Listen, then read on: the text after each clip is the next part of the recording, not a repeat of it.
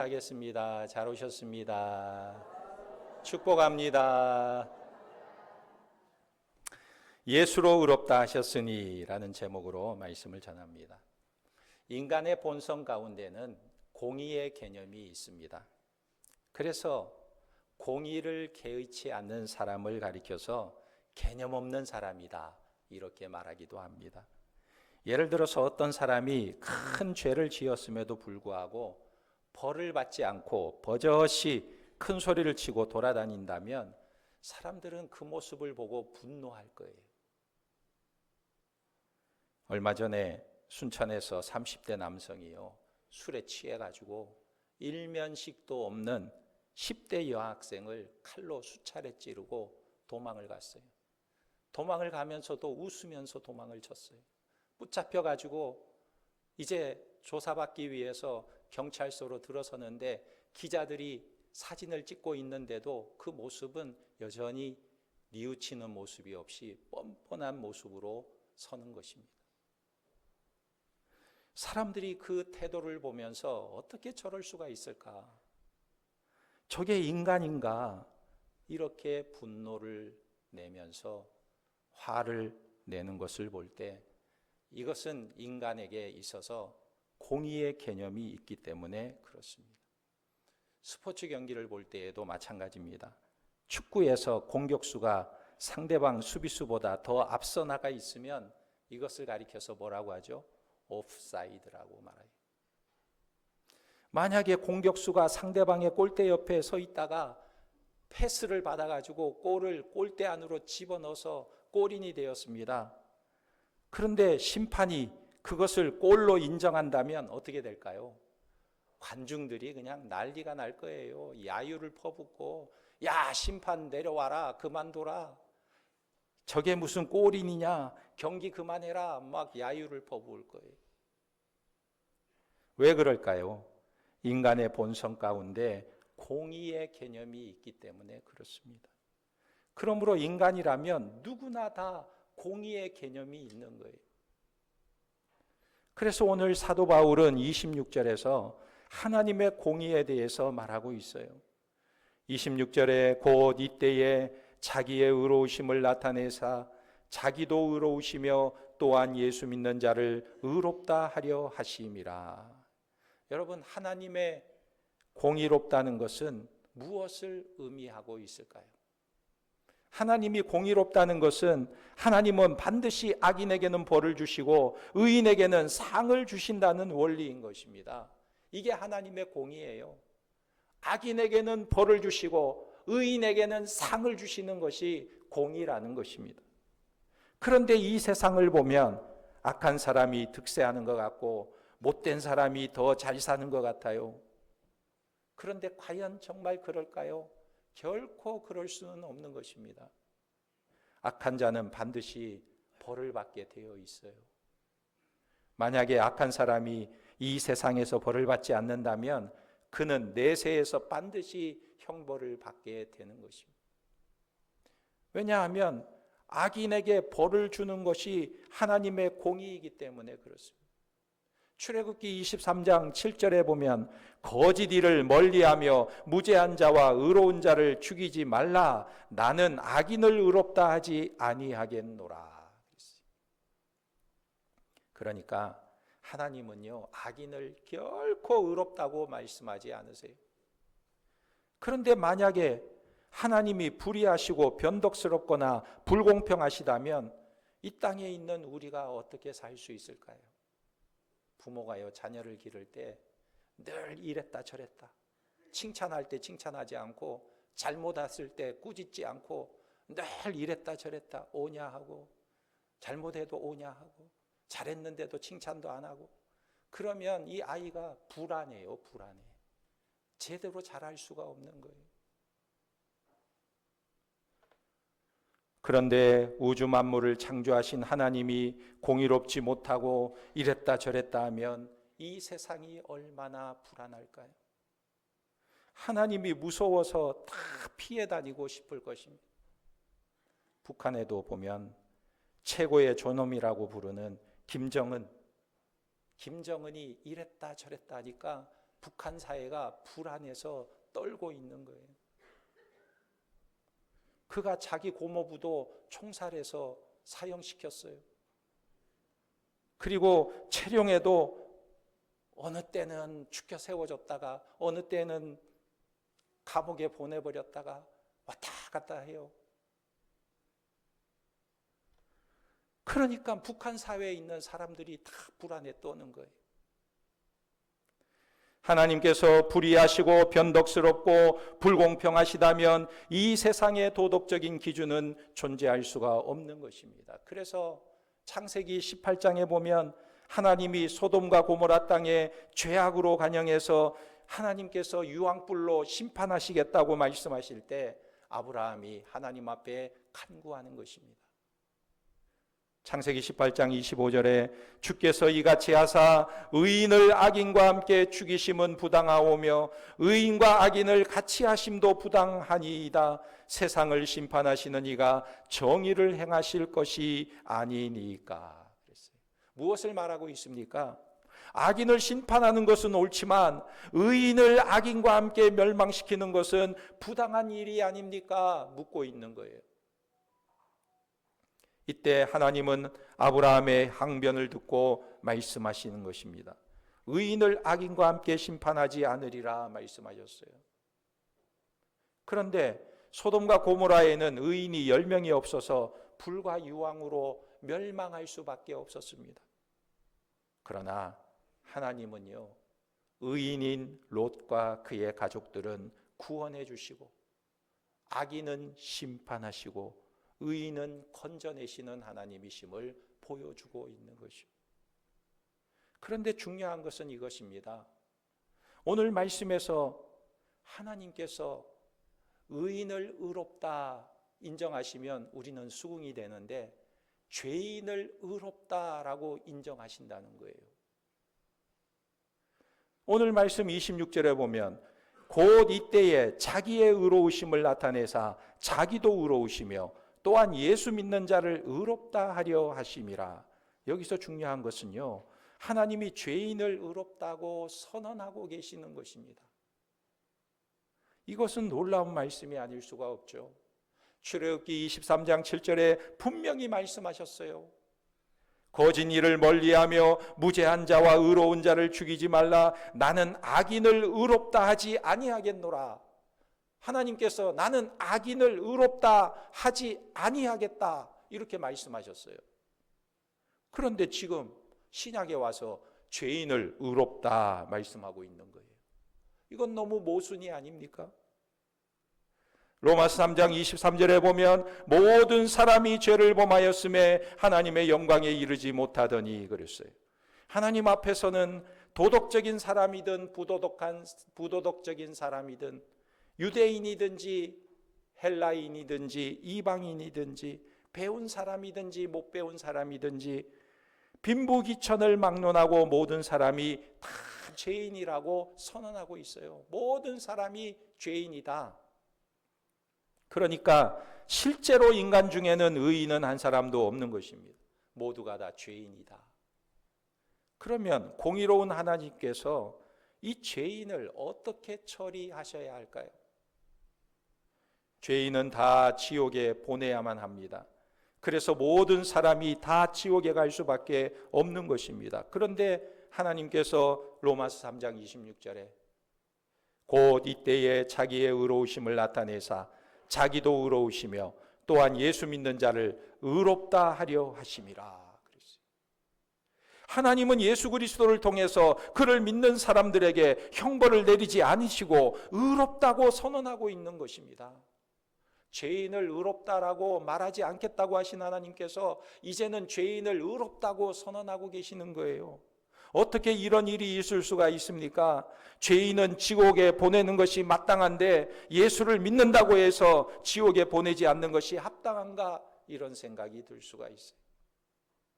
구약에 보면 다윗이 이스라엘의 왕이 되었습니다. 왕이 되고 나라가 좀 평안하다 보니까 여유가 있었어요. 저녁에 왕궁 옥상을 거닐다가 저 아래 목욕을 하고 있는 여인을 발견했습니다.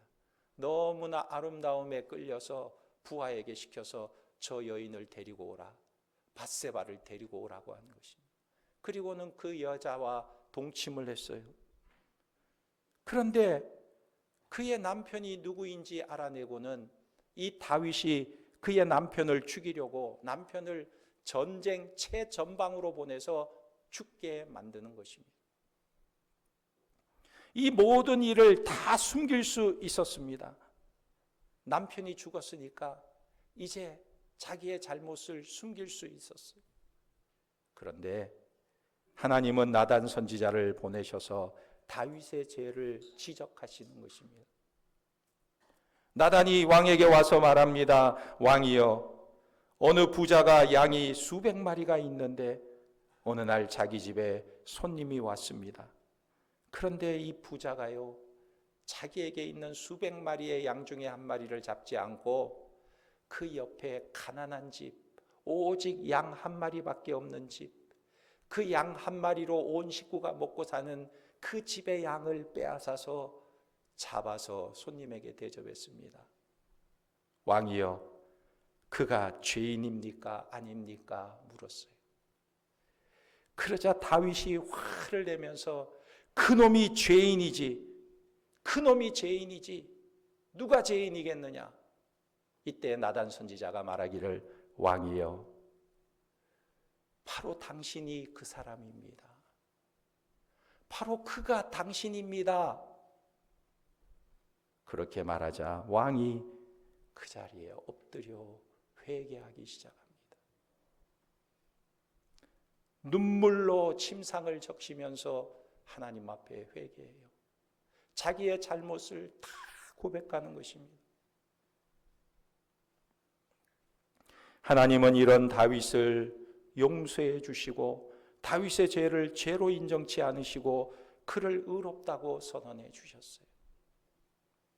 그래서 다윗이 이런 하나님의 은혜를 체험하고 고백하는 말이 시편 32편 1절에 허물의 사함을 받고 자기의 죄가 가려진 자는 복이 있도다 그랬어요. 그러니까 하나님이 그의 죄를 죄로 인정하지 않는 사람이 복이 있다는 것입니다. 그뿐만 아니에요. 하나님은 이런 다윗을 가리켜서 말씀하시기를, 내가 이새의 아들 다윗을 만나니 내 마음에 합한 사람이라 내 뜻을 다 이루게 하리라 그랬어요. 이 다윗의 왕권도 지켜주시겠다고 약속하고 있는 것입니다. 아니, 어떻게 이런 천인공노할 죄인을 용서하시고 의로운 자라 인정할 수가 있습니까? 그래서 불신자들은 이 대목에서 받아들여질 수가 없는 거예요. 하나님이 죄인들을 심판하셔야지 어떻게 죄인을 심판도 하지 않고 의롭다고 여기시는가? 공의롭지 않다는 것입니다. 영국의 20세기 대표적인 시인 중에 하나인 오덴이라는 사람이 이렇게 말을 했어요. 나는 죄짓기를 좋아한다. 왜냐하면 하나님은 용서하시기를 좋아하시기 때문이다. 나는 죄짓기를 너무너무 좋아한다. 하나님이 용서하시기를 좋아하시기 때문에 죄를 짓기를 좋아한다는 거예요. 여러분, 이것은 신앙 고백이 아니라 하나님을 조롱하고 비아냥거리는 악한 말인 것입니다. 어떻게 죄인을 용서할 수 있냐는 거예요. 처벌해야지. 그러므로 불신자들이 주장하는 말도 어떻게 보면 이해가 되는 것 같아요. 왜냐하면 예수님께서 십자가에 못 박히실 때 좌우편에 강도들이 매달렸어요. 이 강도들은 평생 나쁜 짓 하다가 매달려서 사형을 당하는 것입니다. 그런데 이 강도 중에 한편에 매달려 있던 강도가 죽기 직전에 예수님을 바라보면서 예수님께 부탁하는 것입니다. 예수여, 당신의 나라에 임할 때 나를 기억하소서. 그러자 예수님이 그 강도를 쳐다보시면서 말씀하셨어요.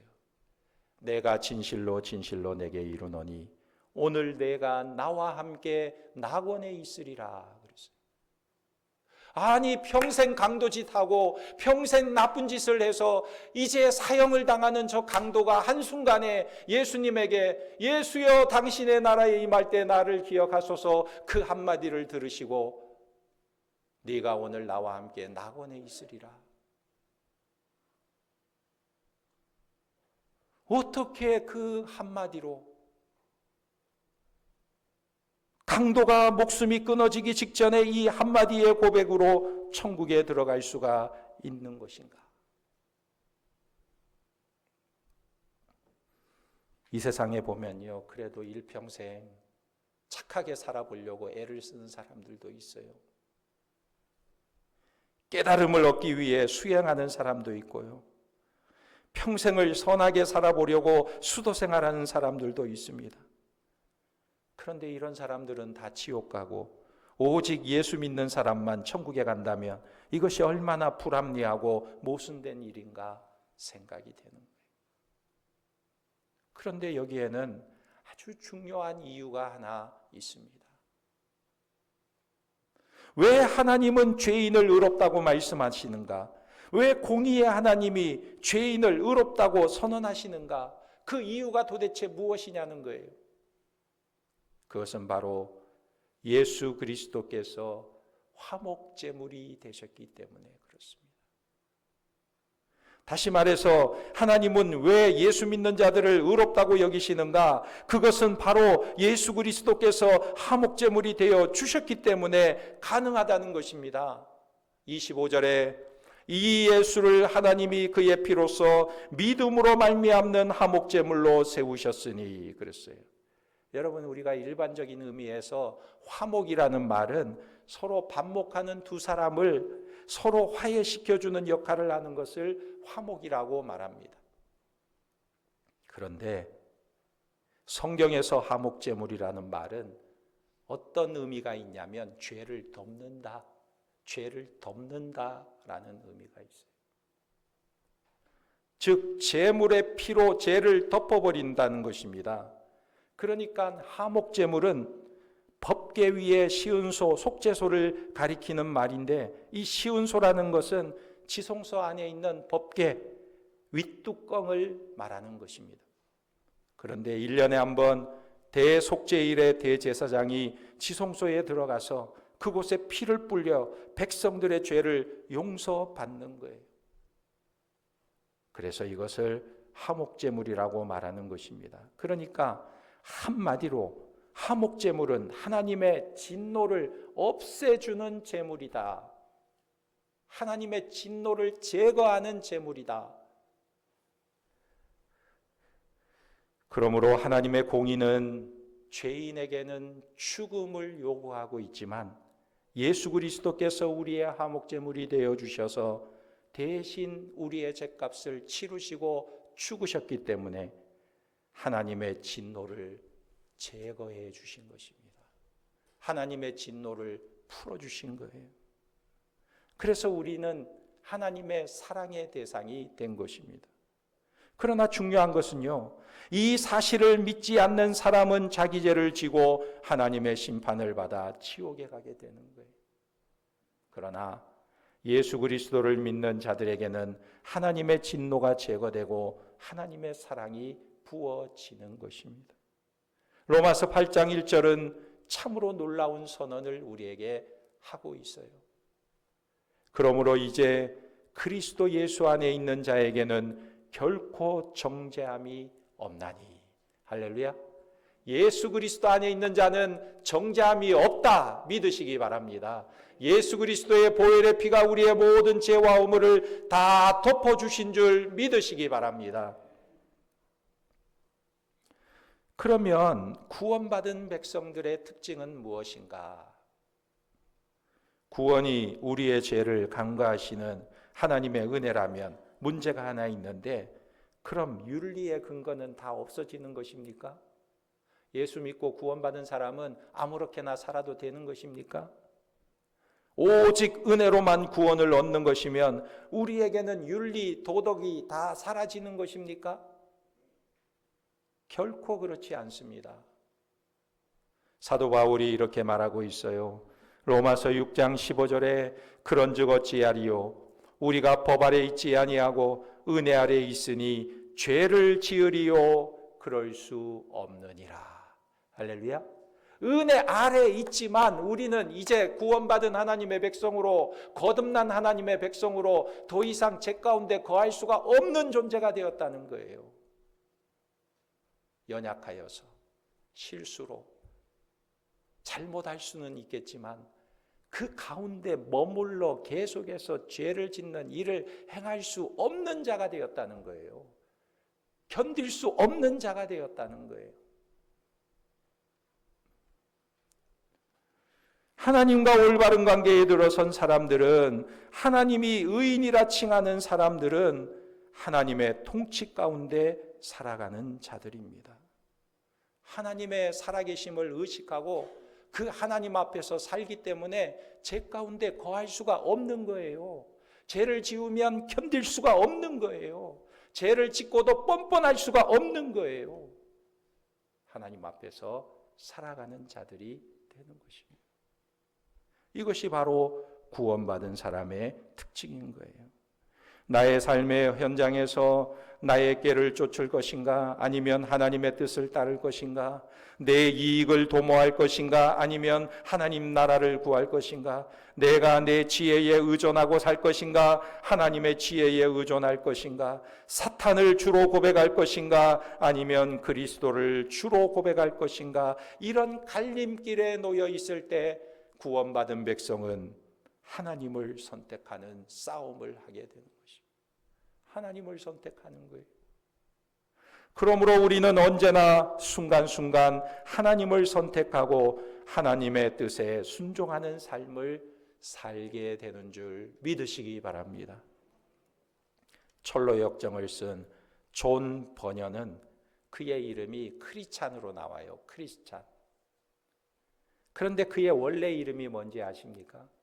존 버년의 원래 이름은 그레이스레스니스, 은혜 없는 자, 은혜가 없는 사람이었어요. 은혜가 없는 사람.